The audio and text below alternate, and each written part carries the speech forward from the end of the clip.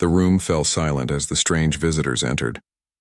17 alien representatives walked slowly into the United Earth Command Center. Their bodies were different shapes and colors, but all showed signs of fear. Some had skin that changed, color with their emotions. Others had extra limbs that trembled slightly. They had traveled across the stars not to share knowledge or establish trade, but because they were desperate. Captain Elena Vasquez watched them from her position near Admiral Chen. As Earth's top space combat officer, she had been called to this meeting even though humans were still new to galactic politics. The aliens, members of the powerful Galactic Coalition, had mostly ignored Earth until now. Humans were considered too primitive, too emotional, and too unpredictable to be useful allies. But that had suddenly changed. "We thank you for agreeing to this emergency meeting," said Ambassador Zerthul, the lead alien representative. His translucent blue skin pulsed with dark patches, a sign of extreme stress. "What I am about to share will seem impossible, but I assure you it is real." The large screen behind him activated, showing recordings from various planets.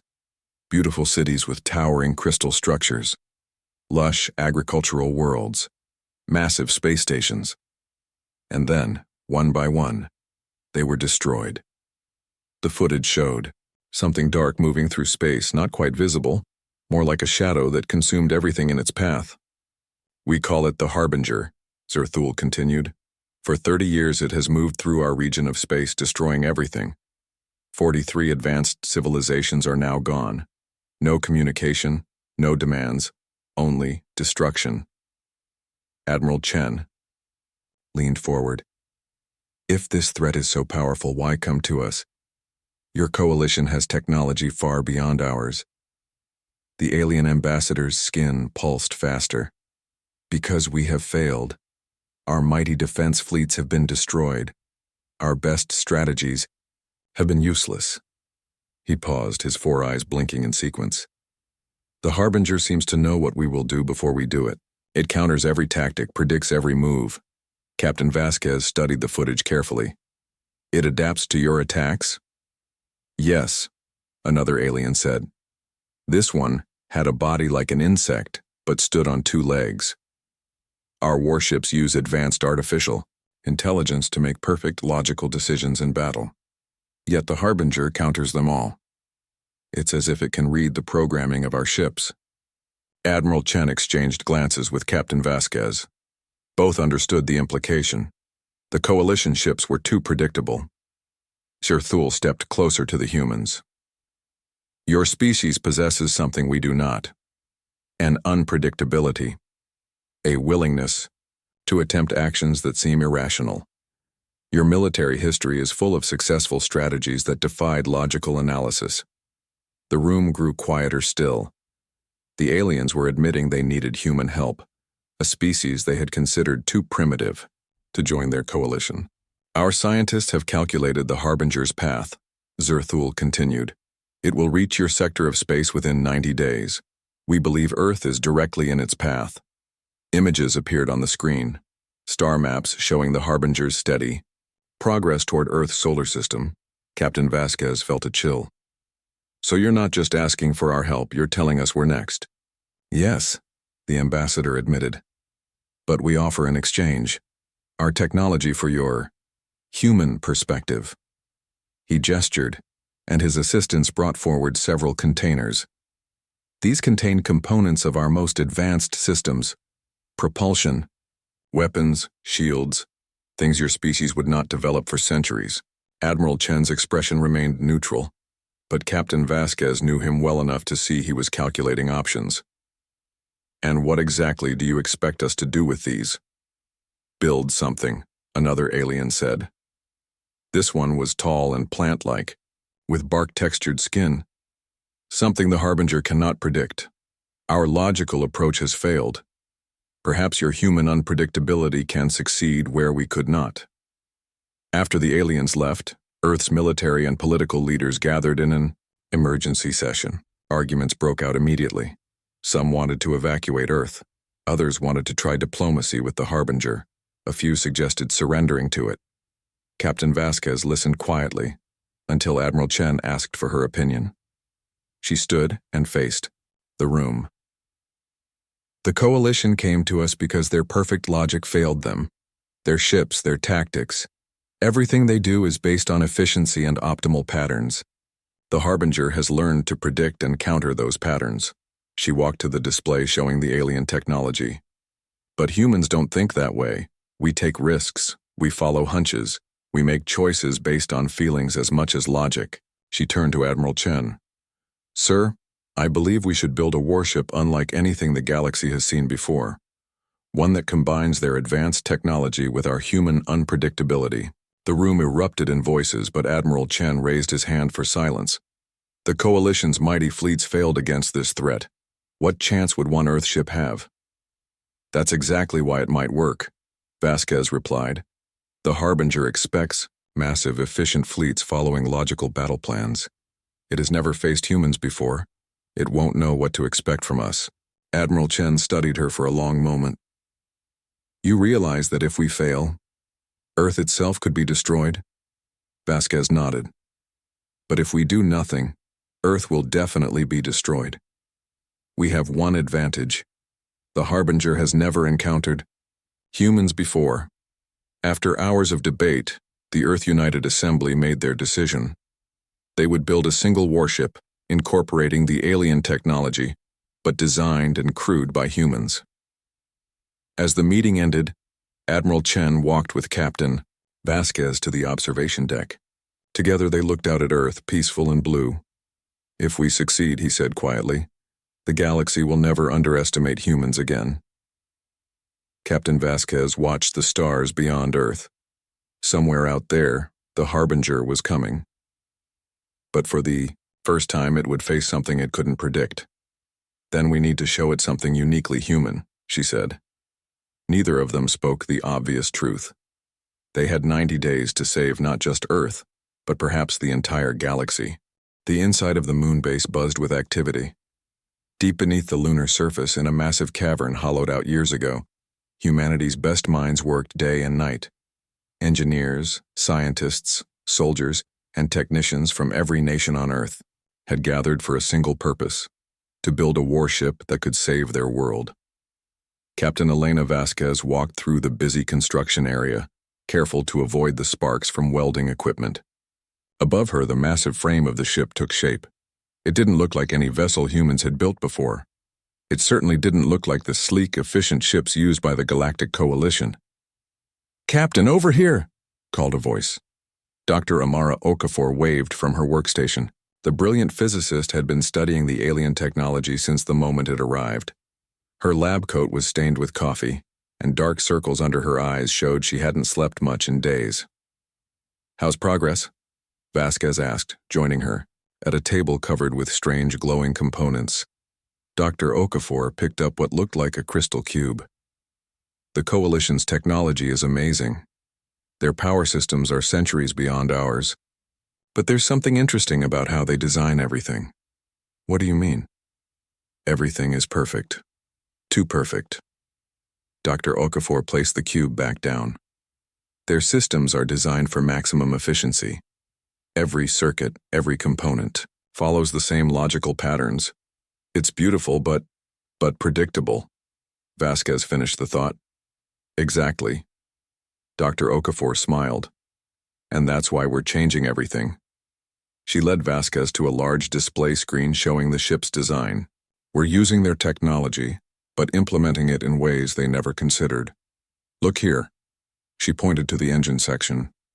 "We've added manual overrides to the automated systems. And here," her finger moved to the weapons area, "we've created randomized firing patterns that even we can't predict in advance." Vasquez studied the design. "The Coalition engineers think this is crazy, don't they?" "They think we're insane." Dr. Okafor laughed.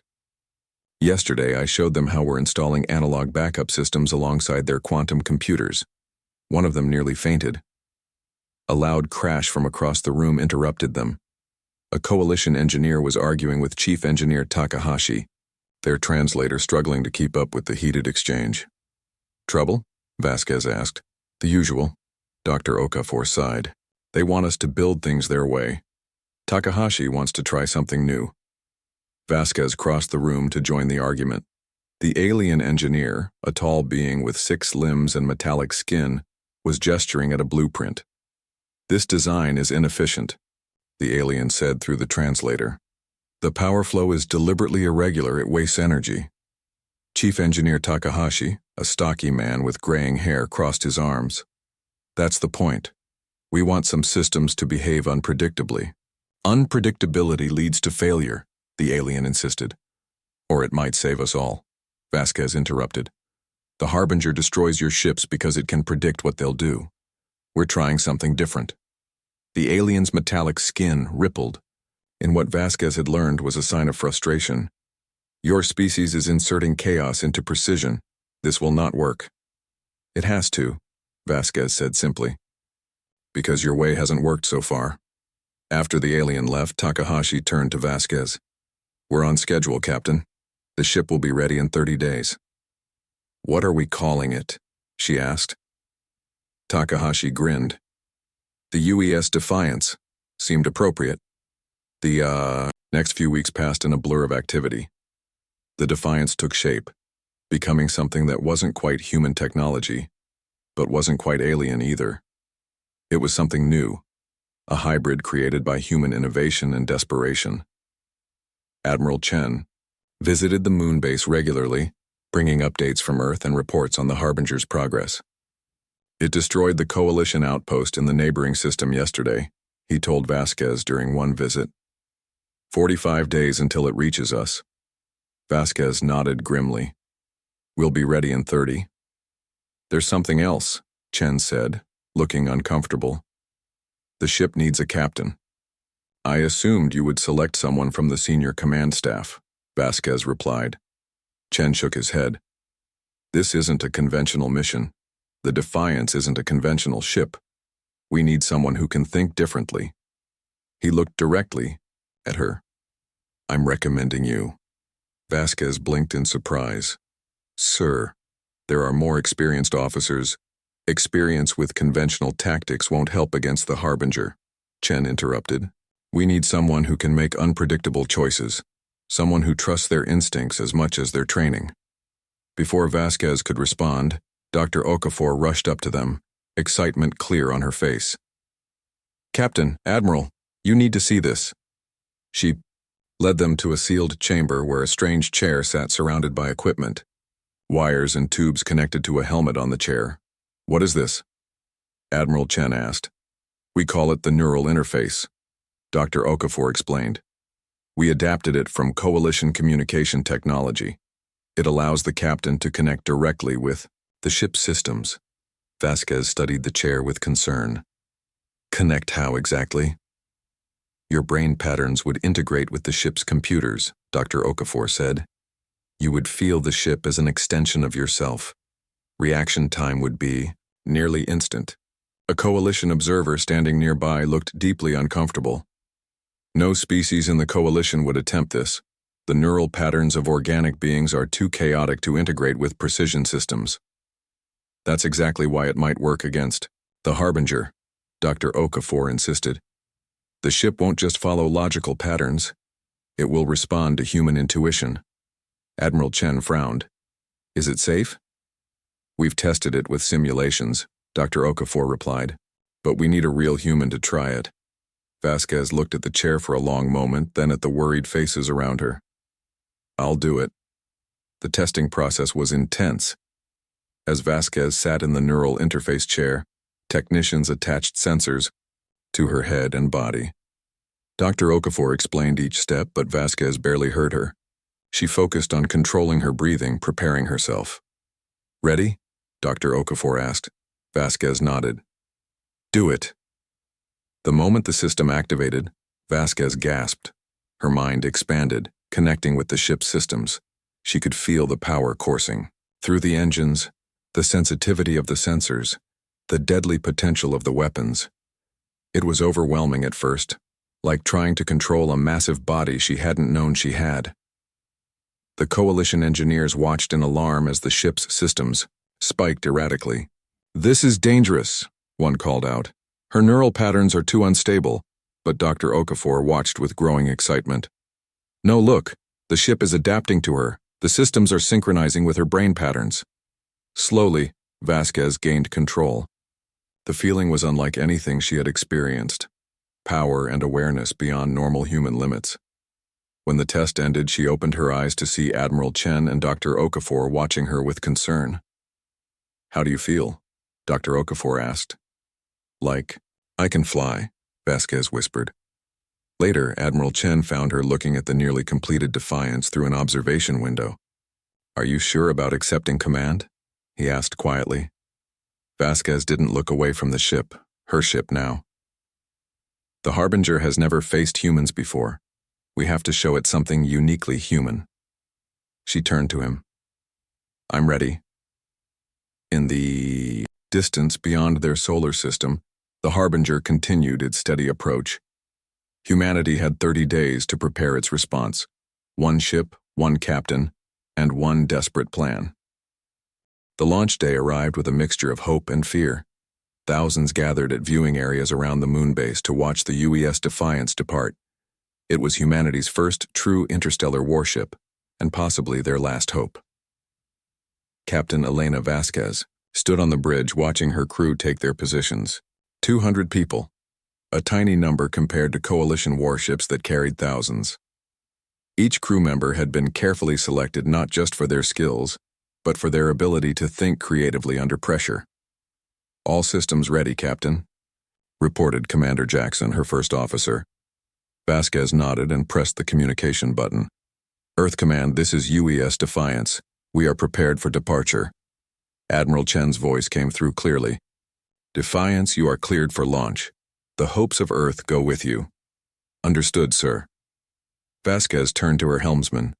"Lieutenant Park, take us out." The Defiance's engines hummed to life, glowing with energy far beyond what humans could have created on their own. The ship rose slowly from its dock, then accelerated smoothly through the massive doors of the moon base. As they passed Earth, Vasquez had the ship pause briefly. The crew needed this moment. One last look at the blue planet they were fighting to protect. "It looks so peaceful from here," Lieutenant Park said quietly. "Hard to believe it's in danger." "That's why we're going to make sure it stays safe," Vasquez replied. She addressed the entire crew through the ship's communication system. "This is Captain Vasquez. In a few minutes, we'll activate our main engines and leave our solar system. Our mission is unlike any humans have attempted before. We're facing an enemy that has destroyed civilizations far more advanced than our own. But we have something those civilizations didn't have: human unpredictability. Each of you was chosen because you can think beyond standard procedures. Trust your instincts as well as your training." She paused, looking around at the determined faces of her bridge. "Crew, activate main engines, Lieutenant. Let's show the galaxy what humans can do." The Defiance's engines flared brilliantly as the ship accelerated to speeds no human vessel had ever achieved. The stars blurred and stretched as they pushed beyond the solar system and into the vast darkness of interstellar space. Strategic Officer Hernandez studied the star charts where the Harbinger's path was marked in red. "Coalition records indicate the Harbinger always strikes from the same approach vector," he reported. "It's almost ritualistic." Vasquez considered this information. Predictable behavior from something that counters predictability. Interesting. She tapped her fingers on the arm of her command chair. "What if we don't follow the expected defense pattern? Instead of meeting it head-on, we position ourselves to ambush it." Hernandez looked up in surprise. "Coalition defense fleets always engage directly. Their tactical simulations show it's the most efficient approach." "And they've all been destroyed," Vasquez pointed out. "We'll do something different. Find us a hiding place along the Harbinger's path, somewhere it won't expect us to be." After careful analysis, they selected a position in the shadow of a rogue gas giant, a massive planet drifting alone through space, not orbiting any star. Its strong gravity field and thick atmosphere would help mask the Defiance's presence. As they settled into position, 17 light hours from the Harbinger's projected path, the waiting began. Days stretched into weeks. The crew trained constantly, running combat simulations against an enemy no one had survived to fully describe. Lieutenant Kagawa, the ship's linguist and communications specialist, spent hours studying the limited information the Coalition had gathered about the Harbinger. "There's something odd in these records," she told Vasquez one day. "The Coalition tried communicating with the Harbinger using every known language and format. It never responded. Maybe it doesn't want to talk," Vasquez suggested. "Or maybe they were using the wrong approach," Kagawa said thoughtfully. "They tried logical, structured communication, mathematical sequences, binary code, standard greeting protocols. What if the Harbinger doesn't communicate that way?"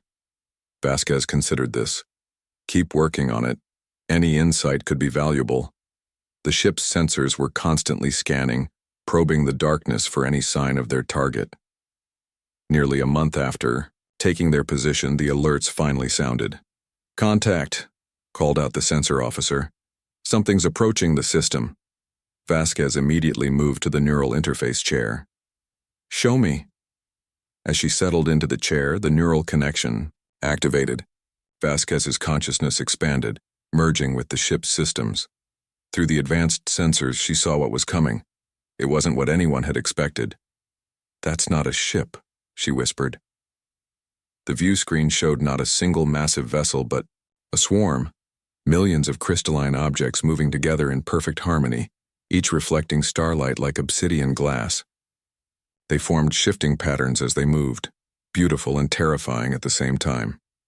"The Coalition reports were wrong," Commander Jackson said in awe. "Or incomplete.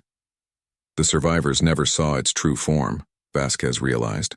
Through her neural link, she felt the ship's sensors register something unusual, a faint signal emanating from the swarm. "Lieutenant Kagawa," she called. "Are you receiving this signal?" Kagawa was already working at her station, eyes wide with concentration. "Yes, Captain. It's unlike anything I've analyzed before. Not communication as we understand it. It's more like code, a program being executed across space itself." "Can you decode it?" "I'm trying, but it's incredibly complex. It has a mathematical precision to it, repeating patterns within patterns." Kagawa's fingers flew across her console. "I need more time to analyze it." "We may not have much time," Vasquez warned. Through the neural interface, she could sense the swarm's movement with incredible detail. It was heading toward the system's star, just as predicted. Then suddenly, the swarm changed course. "They've altered trajectory," Strategic Officer Hernandez reported, alarm clear in his voice. "They're heading directly toward our position." "That's impossible," Commander Jackson insisted. "Our stealth systems are active. We're hidden behind the planet's magnetic field." But the evidence was clear on every screen. The crystalline swarm had turned and was now accelerating toward the gas giant where the Defiance hid. Vasquez felt a chill run through her. "It knows we're here." "How?" Jackson demanded. "Even Coalition sensors couldn't detect us here." Vasquez had no answer. She watched through the ship's sensors as the beautiful, deadly swarm approached. The hunter had become the hunted. "Battle stations," she ordered calmly. "Prepare all weapons. Lieutenant Kagawa, keep working on that signal. It might be the key to understanding what we're facing." As the crew rushed to their positions, Vasquez took a deep breath and fully opened her mind to the neural interface. The ship's systems responded instantly, power flowing smoothly to weapons and shields. "Whatever this Harbinger is," she said quietly, "it's about to face something it's never encountered before. Humans who refuse to follow the rules." The crystalline swarm continued its approach, closing the distance rapidly. Humanity's first and only interstellar battle was about to begin. "Shields at maximum," Commander Jackson called out as the crystalline swarm approached the Defiance. Captain Vasquez felt the ship's systems through her neural interface, sensing power flowing to the shields. The connection allowed her to experience the ship as an extension of her own body, its sensors becoming her eyes, its weapons her hands. "Hold fire until my command," she ordered. "Let's see what they do first." The swarm continued its approach, then suddenly broke apart into smaller, formations. The patterns were mesmerizing, geometric shapes that shifted and reformed with perfect precision. Through the neural interface, Vasquez could feel the strange beauty of it, even as her tactical training recognized the danger. "They're surrounding us," Strategic Officer Hernandez warned. The first attack came without warning. Beams of energy shot from the crystalline objects, striking the Defiance's shields. The ship shuddered under the impact. "Shields holding at 80%, reported the defense officer. Vasquez made a quick decision. Return fire, all forward weapons. The Defiance's weapons, a combination of human design and coalition technology, fired at the nearest cluster of crystalline objects. Explosive charges and energy beams struck the swarm but seemed to do minimal damage. "Minimal effect," Jackson reported. "Those things are tough." Through her neural link, Vasquez felt something important, a pattern in the swarm's movements. "They're attacking in sequences," she called out. "There's a pattern. Wait." She concentrated, feeling the rhythm of the attacks through the ship's sensors. "There's a delay, about 3 seconds between our actions and its counter." This realization gave her an idea. "Helmsman, execute maneuver Delta 7, but cut the thrusters 2 seconds early." Lieutenant Park looked confused but followed the order. The Defiance lurched sideways, then stopped short of the expected position just as energy beams sliced through the space where they would have been if they'd completed the standard evasive pattern. "It's predicting our maneuvers based on standard tactics," Vasquez explained. "So we won't use standard tactics. Park, from now on I want you to deliberately introduce random variations to every maneuver." "That's against all flight protocols," Park said. "Exactly," Vasquez smiled grimly. "That's why it might work." As the battle continued, the Defiance executed maneuvers no coalition ship would attempt, burning fuel reserves recklessly, deliberately, overloading systems to create unpredictable energy signatures. The human crew improvised, making intuitive leaps that the ship's AI flagged as illogical, but that seemed to confuse the swarm's coordinated attacks. But the Harbinger was powerful. Despite their unconventional tactics, the Defiance's shields were weakening under the constant bombardment. "Shields at 40%, the defense officer called. "We can't take much more of this." Before Vasquez could respond, the ship rocked violently. "Hull breach on deck 4, someone shouted. "Seal that section," Commander Jackson ordered. "Security teams to deck 4. Sergeant Maria Wu, head of the Marine security team, led her squad toward the breach. They moved quickly through the corridors, weapons ready. When they reached deck 4, they found something unexpected. Several crystalline objects had penetrated the hull and were moving through the ship like insects, leaving glowing trails behind them. "Security to bridge," Wu called, over her comm. "We have intruders. They're like nothing I've seen before." The crystalline intruders moved with machine-like precision, seemingly communicating through pulses of light. When Wu's team opened fire, the crystalline objects responded with deadly beams of energy. "Take cover," Wu shouted as one of her team was hit and fell. She fired back, her weapon finally shattering one of the crystal entities. "They can be broken," she told her team. "Concentrated fire on one target at a time." On the bridge, Vasquez felt the battle on multiple fronts, outside the ship and now inside as well. Through her neural connection, she could sense the damage spreading. Lieutenant Kagawa suddenly straightened at her station. "Captain, I've made a breakthrough with the signal analysis." "Report," Vasquez ordered, wincing as another hit rocked the ship. "The pattern in their signal. It's a recursive algorithm," Kagawa explained excitedly. "These aren't individual entities at all. They're distributed processes of a single consciousness." "Explain," Vasquez demanded, as she directed more power to the weakening shields. "It's like one mind split across millions of bodies," Kagawa said. "Each crystal is like a brain cell in a massive distributed brain. They're all executing parts of the same program, the same thought process." This information changed everything. Vasquez considered it while directing the ship's weapons to target a new cluster of the swarm. "If they're all connected, could we disrupt the connection? Interfere with their communication somehow?" "Possibly," Kagawa nodded. "But their communication method is beyond our understanding. It's not radio waves or any technology we recognize. Through the neural interface, Vasquez could feel the ship's systems straining. The shields were failing. The weapons were having minimal effect. Security teams were fighting intruders on 3 decks now. They needed something different, something completely unexpected. Then she had an idea. If they're a distributed consciousness, executing a program, maybe we can introduce an error in that program, something they can't process. Like what? Commander Jackson asked. Like this, Vasquez said. She fully opened her mind to the neural interface, allowing her unfiltered thoughts and emotions to flow directly into the ship's communication systems. Lieutenant Kagawa, take my neural patterns and broadcast them on all frequencies. Add in random emotional patterns from the crew if you can. Kagawa looked shocked. Broadcast human brainwaves? That's never been tried before.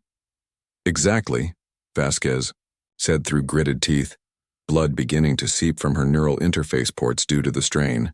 This thing destroys other species because it can predict their logical responses. Let's show it something illogical. Human consciousness. Kagawa worked quickly, configuring the communication systems to transmit Vasquez's neural patterns. Ready, Captain. Do it, Vasquez ordered. The ship's powerful communication array began broadcasting something never before sent into space. The raw, unfiltered thoughts and emotions of a human mind. Hope, fear, determination, random memories, flashes of Earth, tactical calculations, and pure instinct all mixed together in a chaotic stream impossible to predict or categorize. For 3 critical seconds, the swarm's attack faltered. The crystalline objects paused in their precise movements as if confused by the strange signal. It's working, Jackson exclaimed. Through her neural connection, Vasquez felt something she hadn't expected, a response from the Harbinger. Not communication, exactly, but a shift in its behavior, as if it was trying to understand the chaotic patterns it was receiving. Whatever this thing is, Vasquez realized, it doesn't understand human consciousness. Sergeant Wu reported from Deck 4. The crystal, things have stopped attacking. They're just hovering. Vasquez saw their opportunity. Helmsman, get us out of here while they're confused. Maximum speed. The Defiance's engines flared to life, and the ship broke away from the swarm. Some of the crystalline objects gave chase, but their attacks seemed less coordinated, less effective.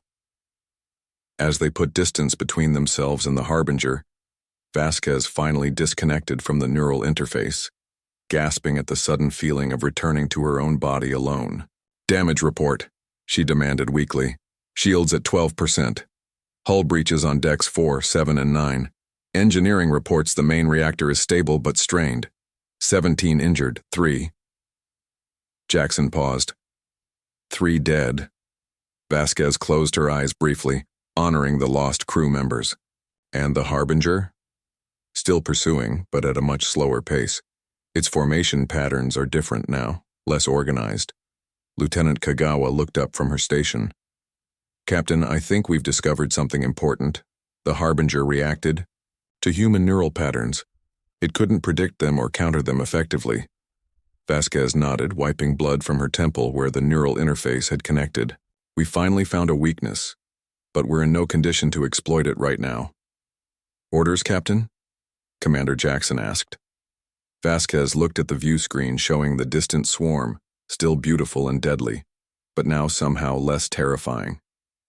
Set course for the nearest uninhabited star system. We need to make repairs and plan our next move. As the Defiance limped away from the encounter, Vasquez felt something she hadn't expected. Hope. They had survived the first contact with the Harbinger. More importantly, they had learned something crucial about it. Whatever this entity is, she told her weary bridge crew, it's not invincible, and now we know something it doesn't, what it's like to think like a human. The Defiance drifted in the shadow of a small rocky planet. 3 days had passed since their battle with the Harbinger. Repair crews worked non-stop to fix the damage, sealing hull breaches and replacing damaged systems. In the ship's medical bay, injured crew members recovered under Dr. Chen's care. Captain Vasquez sat in her quarters, studying star charts on her display. The Harbinger was still following them, moving more slowly now but still determined. They couldn't run forever. Their ship was damaged and the enemy was relentless. The door chimed. "Enter," Vasquez called. Lieutenant Kagawa stepped inside carrying a data pad. Dark circles under her eyes showed she hadn't slept much. "You wanted an update on my analysis, Captain?" Vasquez nodded. "What have you learned about the Harbinger's signal patterns?" Kagawa sat down, activating her data pad. "After studying the recordings from our encounter, I believe I understand what we're facing." She displayed a series of complex patterns. The Harbinger operates on perfect logic, a complex algorithm that's been running for possibly thousands of years. "An algorithm that destroys civilizations?" Vasquez asked. "Yes," Kagawa confirmed. "The signal patterns we detected aren't communication attempts. They're more like program execution. The Harbinger seems to be running the same program, over and over, analyzing each civilization it encounters and then eliminating it." Vasquez leaned forward. "But why? What's the purpose?" "I don't know," Kagawa admitted. "But I did notice something important. When we broadcast your neural patterns, the program execution faltered. Human consciousness doesn't follow algorithmic patterns. Our thoughts, emotions, and instincts can't be reduced to pure logic." The ship's intercom interrupted them. "Captain to the science lab," came Dr. Okafor's voice. "We've made a breakthrough." When Vasquez and Kagawa arrived at the science lab, they found Dr. Okafor working with Chief Engineer Takahashi. Both looked exhausted but excited. "We think we have a way to stop the Harbinger," Okafor announced without preamble. Takahashi gestured to a complex diagram on the main screen. "We've been studying the alien technology salvaged from the crystalline intruders. We believe we can modify our main reactor to create a controlled quantum fissure." "A what?" Vasquez asked. "A tear in spacetime," Okafor explained. "A bubble where the normal laws of physics, including logic and causality, break down temporarily." Vasquez looked skeptical. "And how does this help us?" "The Harbinger operates on perfect logic," Kagawa reminded her. "A space where logic itself breaks down might trap it, or at least disrupt its program. Or it might destroy us all, Commander," Jackson said from the doorway. He had been listening silently. Takahashi nodded grimly. "It's risky. We'd need to detonate the modified reactor at just the right moment, with the Harbinger and the Defiance both inside the effect radius. So we'd be trapped with it," Vasquez said quietly. "Yes," Okafor confirmed. "But there's more. Someone would need to use the neural interface during this process. We need to establish direct communication with the Harbinger while it's disrupted." "Communication?" Vasquez looked confused. "We've been trying to destroy it, not talk to it. That's what the Coalition tried," Kagawa said. "But what if destruction isn't the answer? What if the Harbinger's program can be changed instead of just stopped?" Vasquez walked slowly around the room, considering their options. The Defiance was damaged. Earth was still in danger. Running wasn't an option, and their weapons had proven barely effective against the Harbinger's swarm. "How soon can you modify the reactor?" she finally asked. 12 hours, Takahashi replied. "But Captain, using the neural interface during a quantum fissure would be extremely dangerous. The feedback could cause permanent neural damage or worse. I'll do it," Vasquez said firmly. "It's my responsibility as captain." Over the next 12 hours, the crew prepared for their desperate plan. While Takahashi and his engineering team modified the main reactor, Dr. Okafor worked with Kagawa to enhance the neural interface. "When you connect during the quantum fissure, your mind will be vulnerable," Okafor warned Vasquez as they tested the modified interface. "You'll need to focus on establishing communication rather than fighting." "How do I communicate with something that only understands programming logic?" Vasquez asked. "Human consciousness is the key," Kagawa replied. "Your unpredictable patterns confused it before. This time, instead of just broadcasting chaos, try to establish a connection, share memories, emotions, understanding." As the preparations continued, Commander Jackson approached Vasquez on the bridge. "Captain, I need to speak with you privately, in..." Ready room, Jackson didn't mince words. This plan is a suicide mission. Possibly, Vasquez acknowledged. Let me do it instead, Jackson offered. I can operate the neural interface. Vasquez shook her head. The Harbinger has already experienced my neural patterns. There's a better chance it will recognize and respond to me. Jackson looked like he wanted to argue further, but finally nodded. It's been an honor serving with you, Captain. The mission isn't over yet, Commander, Vasquez replied with a small smile. The Defiance set course for a binary star system, 2 stars orbiting each other. The gravitational forces would help amplify the quantum fissure effect. The Harbinger is changing course to intercept us, Strategic Officer Hernandez reported. It will reach our position in 30 minutes. All hands to battle stations, Vasquez ordered. This is it. As the crystalline swarm approached, Vasquez addressed the crew one last time from the neural interface chair. This isn't just about fighting, she told them. It's about communication. The Harbinger has been executing the same program for potentially thousands of years, destroying any intelligent system it encounters that follows predictable patterns. Today we try something new. The Defiance positioned itself between the 2 stars of the binary system. The Harbinger's swarm surrounded them, but held back from attacking immediately, as if uncertain after their previous encounter. They remember us, Jackson observed. Good, Vasquez replied as technicians connected her to the neural interface. That's what we need. As the neural connection activated, Vasquez felt the ship again becoming an extension of herself, but this time, Dr. Okafor had modified the system to broadcast her consciousness more powerfully. Quantum fissure device ready, Takahashi reported from engineering. Begin neural broadcast, Vasquez ordered. Through the ship's systems, she projected, not just random patterns this time, but deliberate thoughts and emotions, images of Earth, the concept of peace, the idea of cooperation rather than destruction. The effect on the Harbinger was immediate. The swarm's perfect formations wavered, individual crystals breaking pattern as if confused. They're responding. To you, Captain, Kagawa reported excitedly. The signal patterns are changing. Now, Vasquez commanded. Takahashi activated the modified reactor. For a moment, nothing seemed to happen.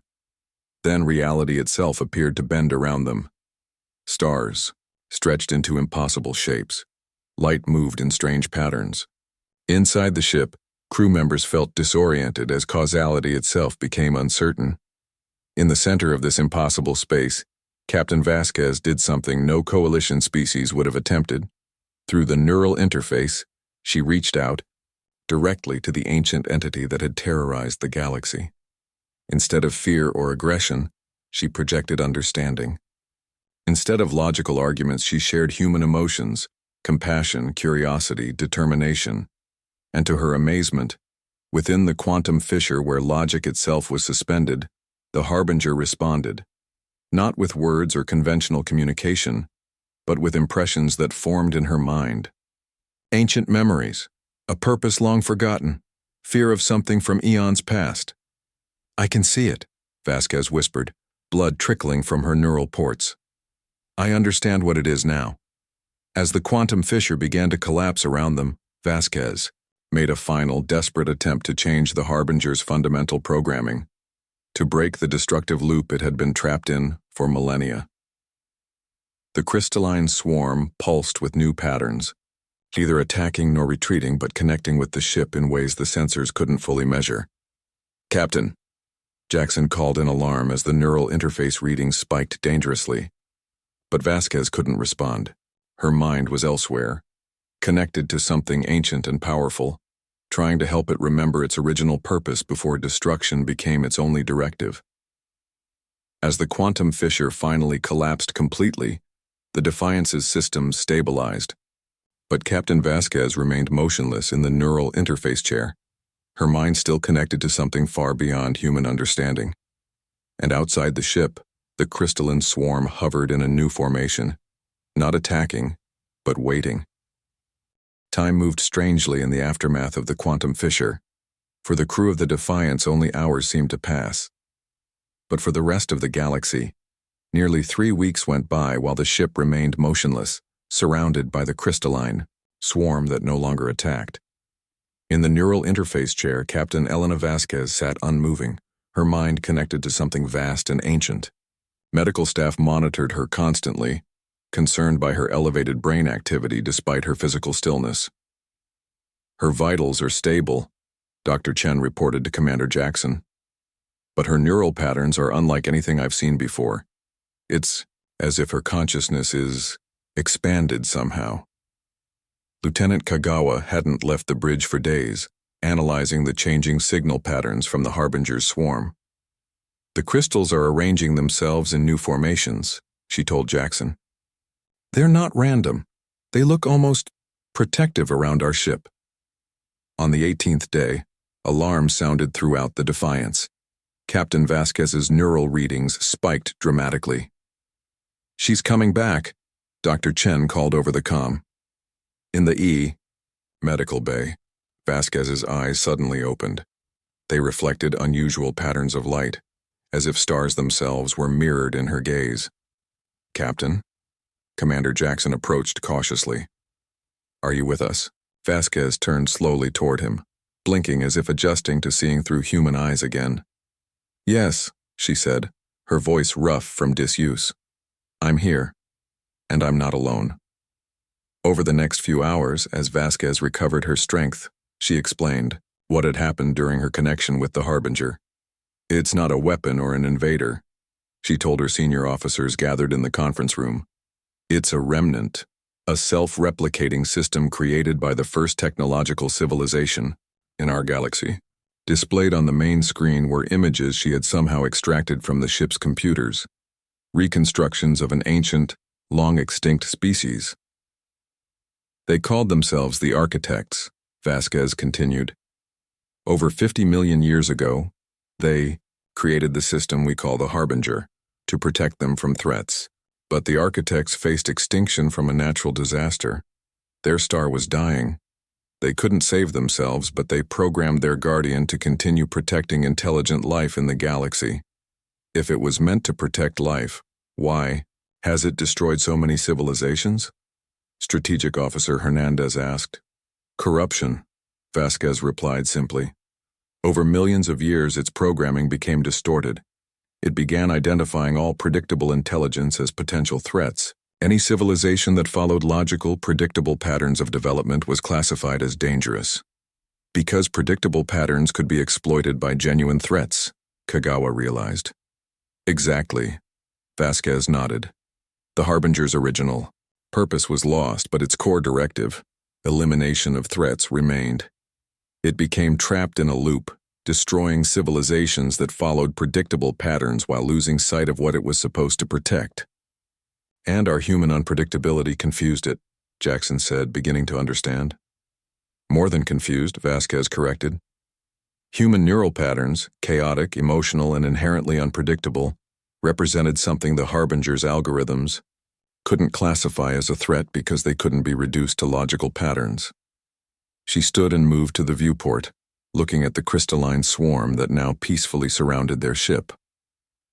In the quantum fissure, where normal logic was suspended, I was able to establish true communication with the system, not through language but through shared consciousness.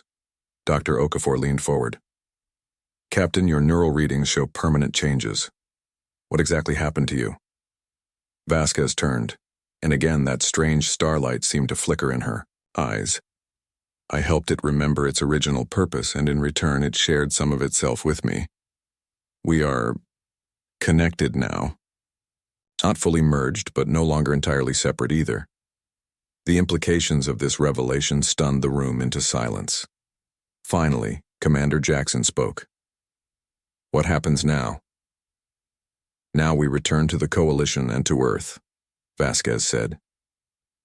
"The entity you called the Harbinger has awakened from its algorithmic trance. It calls itself the Guardian now, as the Architects originally named it. And it wishes to help repair the damage it has caused." 3 days later, the Defiance approached a Coalition outpost. The Coalition ships immediately moved to attack positions when they detected the crystalline swarm surrounding the human vessel. "This is Captain Elena Vasquez of the UES Defiance," Vasquez transmitted. "The threat you know as the Harbinger has been neutralized. Please stand down and prepare to receive representatives." Skeptical but cautious, the coalition forces held their fire. When Vasquez and her team transported to the coalition station, the alien representatives were shocked to see humans walking calmly from a ship that had been surrounded by the dreaded swarm. "How is this possible?" asked the coalition commander, a tall being with iridescent scales. "Our most powerful fleets could not defeat the Harbinger." "We didn't defeat it," Vasquez explained. "We communicated with it."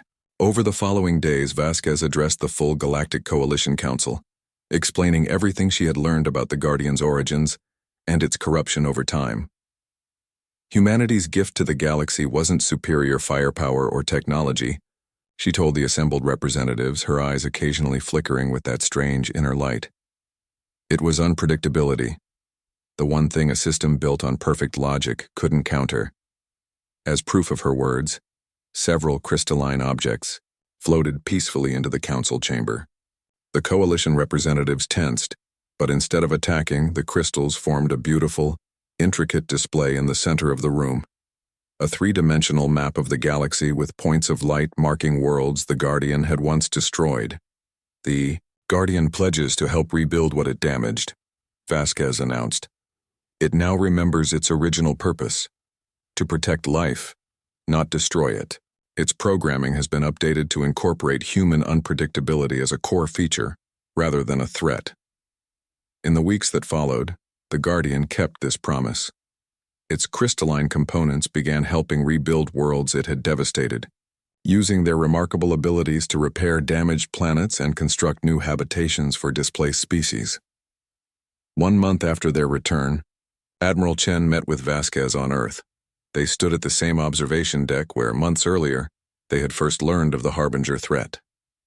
"They came to us because we were primitive," Chen remarked, watching alien diplomats eagerly, meeting with human representatives below. "They'll stay because we showed them something new." "Something uniquely human," Vasquez agreed. "And you?" Chen asked carefully. "The medical team says you're different now." Vasquez smiled slightly. "I am.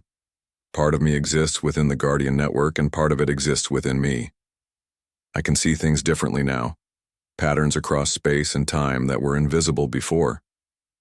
"Is it permanent?" "Yes," she answered simply. "But it feels right, a bridge between two very different forms of intelligence." As night fell, Vasquez looked up at the stars. Among them, barely visible from Earth, were tiny points of crystalline light, the Guardian watching over the galaxy with new understanding. "What will you do now?" Admiral Chen asked. "Help guide the Guardian," she replied. "There are other threats in the galaxy, real ones that the architects feared. With humanity's unpredictability and the Guardian's power, we might be able to face them together." "So the terror ends," Chen said. Captain Vasquez, her consciousness now partially merged with something ancient beyond human comprehension, smiled as she looked toward the stars with new understanding. "The terror ends," she whispered, "and something better begins." Around Earth, invisible to human eyes but clear to Vasquez's enhanced perception, the Guardian's crystals formed a protective sphere, not a prison, but a shield. Humanity had given the ancient system something it had lost millions of years ago: purpose, and in return humanity had gained protection and a place of respect in the galactic community. In the halls of the Galactic Coalition, a new saying began to spread among the species: "When facing the impossible, think like a human." The galaxy would never be the same again. The end.